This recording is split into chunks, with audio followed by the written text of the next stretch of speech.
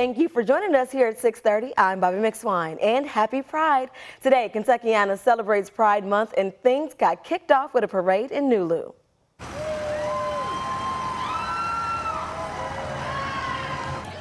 The annual parade was the largest ever, and people there say days like today are especially important.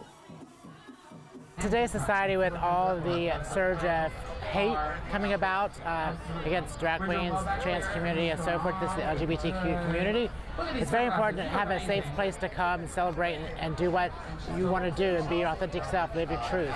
So it's very important to have these events. Until we get past this hate, we have to have them. Now, the parade traveled through downtown, ending at the Big Four lawn, where the party is continuing through the night. And that's where we find our Connor Steffen with photojournalist Elijah McKenzie. Now, Connor, it looks like the crowd is having fun out there. How are things going right now? Bobby, admittedly a little bit hot, but it's going pretty well here on the Big Four lawn.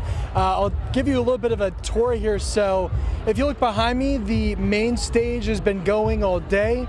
You're seeing some wonderful outfits like this man right here, rocking the, I don't even know what you would call that, but what a great outfit. And we're actually going to follow me. We're going to come over here and we're going to talk to Erin Matta. She is a board member with Louisville Youth Group, one of many people here boothing today at the Pride Festival. And Erin, I first just want to ask you, from the standpoint of Louisville Youth Group, why is it important to be out here today and support queer youth?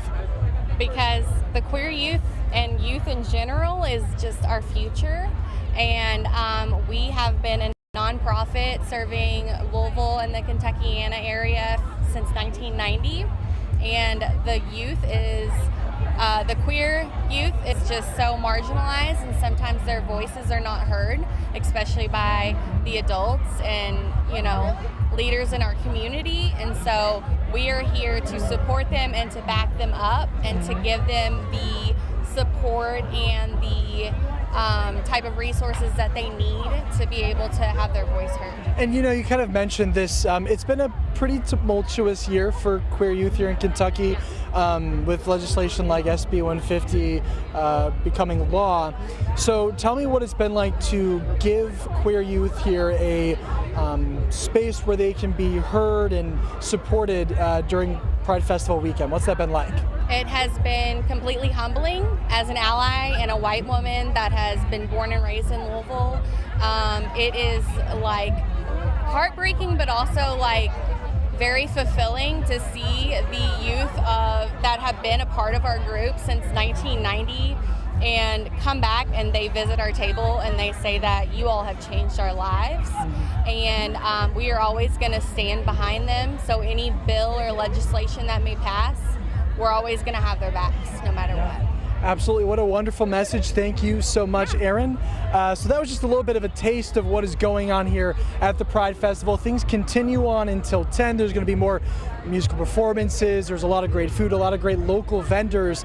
So if you have some time, come on out. Again, there's a few hours left. We'll be exploring the rest of the Big Four lawn here for a little bit, but that means for now we're going to have to tag out here and send it back to you, Bobby. All right. Thank you so much, Connor. Very festive. We look forward to hearing more from you later. All right, so WHAS11 Health is also looking to improve the LGBTQ community's health. Statistics show members of the LGBT community are less likely to have a regular health care provider, and that can be damaging to their overall well-being. According to the CDC, this community is at an increased risk for HIV, cervical cancer, depression, and substance use. You hear locally, WHAS11 Health says they are committed to serving LGBTQ folks and making them feel comfortable and safe while receiving health care. We need for you to feel comfortable from the time that you come into the door, seeing the receptionist. You see the receptionist, then you see either the medical assistant or nurse here in the office, and then the third person you see is myself or my partner. We're the third person. We need each person in the office to be just as much comfortable with any patient that walks into this door to need our help. WHAS11 Health is getting more educated on LGBTQ plus care by emphasizing dialogue and communication, completing additional trainings, and practicing accountability for all. We're learning more about a fatal crash in Newburgh. 2 people are dead after police saw a motorcycle crash into a SUV just before 11 last night. LMPD says Brandon Self and Michaela Logston were riding fast on Preston Highway when witnesses say Self ignored a red light at East Indian Trail. The bike crashed into an SUV which was attempting to turn on Preston Highway. Both Self and Logston were pronounced dead at the scene. LMPD says no one else was hurt. And LMPD has impounded another car after a series of reckless driving events in Louisville. The Dodge Challenger in this video you see on your screen is now sitting in the LMPD tow lot. LMPD says the driver is first seen sliding at Shawnee Park, then at Preston and Witherspoon, even clipping several people. LMPD says the 2nd Division seized the car, calling this behavior unacceptable. Now we have an important traffic alert for you. The Sherman-Minton Renewal Team is advising of a westbound lane closure on the top side of the bridge. Officials say during demolition activities, the exit lane into New Albany was found to be in need of a repair before traffic can cross again. That lane will be closed as well as the New Albany exit under a repair until a repair can be made. Well, that new closure comes after all eastbound lanes of I-64 on the Sherman-Minton Bridge were shut down last night. The closure will allow crews to do some diamond grinding on the bridge and remove temporary support brackets. During the closure, you're advised to take I-265 to I-65 in Indiana. It is expected to reopen Monday at 5 a.m. Also along I-64, the eastbound lanes from downtown to the Watterson are shut down for the next 2 weeks. Crews started work to repave the eastbound side of the interstate Friday night. The closure goes from Story Avenue into downtown all the way out to the Watterson.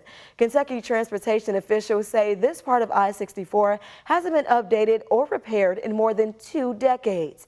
Transportation officials anticipate the biggest commute impact will be in the afternoons. Well, for westbound, it was in the morning because people coming in, so I would suspect that maybe the afternoon would be where the most the traffic impacts are. Planning ahead for their drive, using the resources that we have available to us. Trimark is the one that monitors the traffic for us. They're the ones that operate the overhead message boards on the interstate. They give travel times for all those directions, and we also recommend the WHAS app. It's very good because we feed all our information from our operations center in Frankfurt and Trimark into that app for use.